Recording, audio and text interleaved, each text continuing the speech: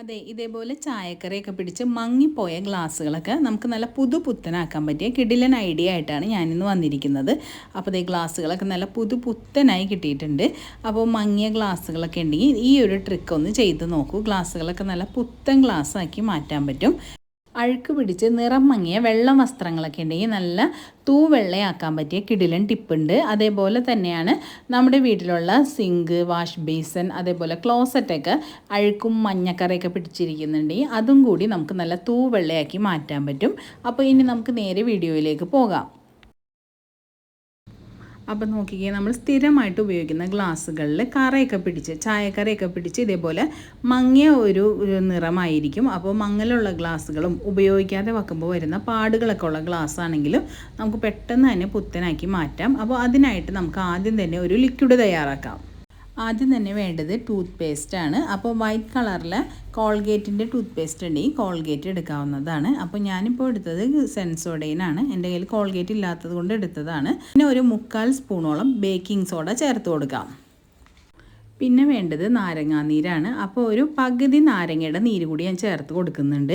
ഇനി നാരങ്ങ ഇല്ലെങ്കിൽ വിനാഗിരി ചേർത്ത് കൊടുക്കാവുന്നതാണ്. അപ്പോൾ നാരങ്ങയാകുമ്പോൾ നല്ലൊരു സ്മെല്ലും കൂടി കിട്ടും. ഗ്ലാസ്സുകൾക്കൊക്കെ ആണെങ്കിലും നല്ലൊരു സ്മെല്ല് കൂടി കിട്ടാനായിട്ട് നാരങ്ങാനീര് നല്ലതാണ്. അപ്പോൾ ഈ നാരങ്ങാനീര് കൂടി ഞാൻ ചേർത്ത് കൊടുത്തിട്ടുണ്ട്. ഇനി നമുക്ക് നന്നായിട്ടൊന്ന് മിക്സ് ചെയ്യാം. ഇനി നമുക്ക് ഗ്ലാസ്സൊക്കെ ഒന്ന് നനച്ച് കൊടുക്കാം. അപ്പോൾ ഞാൻ ബേസനിൽ കുറച്ച് വെള്ളം എടുത്തിട്ടുണ്ട്. വെള്ളത്തിലേക്ക് ഗ്ലാസ്സൊക്കെ ഒന്ന് മുക്കി വെച്ച് കൊടുക്കാം. എന്നിട്ട് നമ്മൾ ഉണ്ടാക്കിയ ലിക്വിഡ് ഗ്ലാസ്സുകളിലേക്ക് ഇതേപോലെ തേച്ച് പിടിപ്പിക്കാം. സ്റ്റീലിൻ്റെ സ്ക്രബ്ബർ യൂസ് ചെയ്യുമ്പോൾ ഗ്ലാസ്സുകൾക്കൊക്കെ പാട് വീഴാൻ ചാൻസ് ഉണ്ട്. അതേപോലെ തന്നെ സ്പോഞ്ചിൻ്റെ സ്ക്രബ്ബറാണെങ്കിൽ അഴുക്ക് പോവുകയില്ല. അപ്പോൾ ഇതേപോലത്തെ ഒരു സ്ക്രബ്ബറാണ് നല്ലത്. അപ്പോൾ ഇതേപോലെ ഒരു സ്ക്രബ്ബർ എടുത്തിട്ട് ലിക്വിഡ് എല്ലാ ഭാഗത്തേക്കും, ഉള്ളിലും പുറത്തും അതുപോലെ തന്നെ താഴെ ഭാഗത്തൊക്കെ നന്നായിട്ടൊന്ന് തേച്ച് കൊടുക്കാം. ഇതേപോലെ തേച്ച് കൊടുത്തിട്ട് 1-2 മിനിറ്റ് ഒന്ന് റെസ്റ്റ് ചെയ്യാൻ വെക്കുന്നത് നല്ലതായിരിക്കും. കൂടുതൽ കറയൊക്കെയുള്ള ഗ്ലാസ് ആണെങ്കിൽ, അല്ലെങ്കിൽ നമുക്ക് അപ്പം തന്നെ കഴുകിയെടുക്കാവുന്നതാണ്.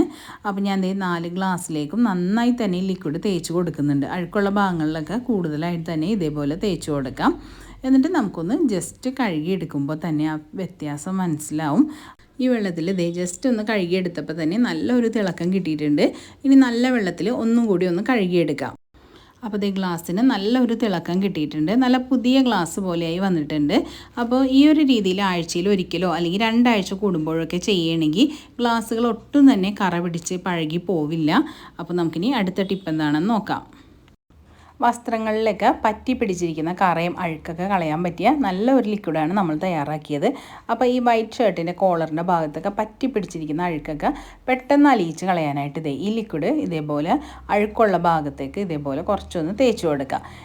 ഒരുപാട് അഴുക്കൊക്കെ ഉണ്ടെങ്കിൽ 2-3 മിനിറ്റ് ഒന്ന് റെസ്റ്റ് ചെയ്യാൻ വെച്ചതിന് ശേഷം ഒരു ബ്രഷ് ഉപയോഗിച്ച് ഉരച്ചു കൊടുക്കാവുന്നതാണ്. അല്ലെങ്കിൽ നാരങ്ങയുടെ തൊലി തന്നെ ഉപയോഗിച്ച് ഇതേപോലെ ഒന്ന് സ്ക്രബ് ചെയ്ത് കൊടുത്താൽ മതി. നമ്മൾ നേരത്തെ ഉണ്ടാക്കിയ ലിക്വിഡിലേക്ക് കുറച്ച് വെള്ളവും കൂടി ചേർത്തിട്ട് വെള്ള ഷർട്ടൊക്കെ ഒന്ന് കുറച്ച് നേരം മുക്കി വരച്ചിട്ട് വാഷ് ചെയ്യണമെങ്കിൽ നല്ല ഒരു വെണ്മ കിട്ടും. അപ്പോൾ ഞാൻ ഷർട്ട് കഴുകി എടുത്തിട്ടുണ്ട്. നോക്കിക്കേ, ഷർട്ടിൻ്റെ ഭാഗത്തുണ്ടായിരുന്ന അഴുക്കൊക്കെ പോയിട്ട് വസ്ത്രത്തിന് നല്ല ഒരു വെണ്മ കിട്ടിയിട്ടുണ്ട്. അപ്പോൾ സ്ഥിരമായിട്ട് യൂസ് ചെയ്യുന്ന വെള്ള വസ്ത്രങ്ങളൊക്കെ ഇടയ്ക്ക് ഇതേപോലെ കഴുകണമെങ്കിൽ എപ്പോഴും നല്ല പുത്തനായിട്ട് ഇരുന്നോളും. വാഷ് ബേസിനിലൊക്കെ പറ്റി പിടിച്ചിരിക്കുന്ന മഞ്ഞക്കറയും പാടുകളൊക്കെ മാറിയിട്ട് നല്ല പുത്തനായിട്ടിരിക്കാനും അതേപോലെ തന്നെ ടാപ്പുകളിൽ പറ്റി പിടിച്ചിരിക്കുന്ന അഴുക്കുകളൊക്കെ മാറാനൊക്കെ ആയിട്ടും ഈ ലിക്വിഡ് നമുക്ക് യൂസ് ചെയ്യാവുന്നതാണ്. അപ്പോൾ ഞാൻ കുറച്ച് വെള്ളവും കൂടി ചേർത്തൊന്ന് ലൂസാക്കി എടുത്തിട്ടുണ്ട്. ഇനി വാഷിംഗ് ബേസിൻ്റെ മുകളിലും അതേപോലെ തന്നെ ടാപ്പിന് മുകളിലൊക്കെ കുറേശ്ശെയായിട്ട് ഇതേപോലെ അങ്ങ് ഒഴിച്ചു കൊടുക്കാം. എന്നിട്ട് നമുക്കൊന്ന് കഴുകിയെടുക്കാവുന്നതാണ്. അപ്പോൾ പേസ്റ്റും നാരങ്ങാനീരൊക്കെ ഉള്ളതുകൊണ്ട് തന്നെ അഴുക്കുകളൊക്കെ വളരെ പെട്ടെന്ന് പോയിട്ട് നല്ലൊരു തിളക്കം കിട്ടും. അപ്പോൾ നോക്കിക്കേ, വാഷ് ബേസിന് ഞാൻ നന്നായിട്ട് കഴുകി എടുത്തിട്ടുണ്ട്. അതേപോലെ തന്നെ ടാപ്പും നന്നായിട്ട് ക്ലീൻ ആയിട്ടുണ്ട്. പിന്നെ നമുക്ക് കിച്ചൺ സിങ്കും ഈ ലിക്വിഡ് ഉപയോഗിച്ച് കഴുകാവുന്നതാണ്. അപ്പോൾ സിങ്കും കൂടി ഞാൻ കഴുകി കാണിക്കുന്നില്ല. അതേപോലെ തന്നെ നമ്മൾ കിച്ചൺ ടവൽസ്, പിന്നെ ഡൈനിങ് ടേബിളൊക്കെ തുടക്കുന്ന ടവലില്ലേ, ആ ടവലൊക്കെ ആണെങ്കിലും ഈ ലിക്വിഡ് ഉപയോഗിച്ച് വാഷ് ചെയ്യണമെങ്കിൽ നല്ലൊരു സ്മെല്ലും കിട്ടും. പിന്നെ ഈ തുണിയിലൊക്കെ ഉണ്ടാകുന്ന വഴുവഴുപ്പ് മാറാനൊക്കെ വളരെ നല്ലതാണ്. ഡൈനിങ് ടേബിളൊക്കെ നമ്മൾ തുടക്കുന്ന തുണിക്ക് എന്തെങ്കിലും ഒരു വഴുവഴുപ്പോ അല്ലെങ്കിൽ സ്മെല്ലൊക്കെ ഉണ്ടെങ്കിൽ ടേബിളിനും കൂടി ആ ഒരു ബാഡ് സ്മെല്ല് വരും. അപ്പോൾ നോക്കി വളരെ പെട്ടെന്ന് തന്നെ ക്ലോത്ത് നല്ല ക്ലീനായി കിട്ടിയിട്ടുണ്ട്. അപ്പോൾ ഇന്ന് കാണിച്ച ടിപ്പുകളൊക്കെ നിങ്ങൾക്ക് ഇഷ്ടമായിട്ടുണ്ടാവുമെന്ന് കരുതുന്നു. ഇഷ്ടമായി ഫ്രണ്ട്സിനൊക്കെ ഒന്ന് ഷെയർ ചെയ്ത് കൊടുക്കണേ. അപ്പോൾ വീഡിയോ ലൈക്ക് ചെയ്യാനും കമൻറ്റ് ചെയ്യാനും മറക്കല്ലേ.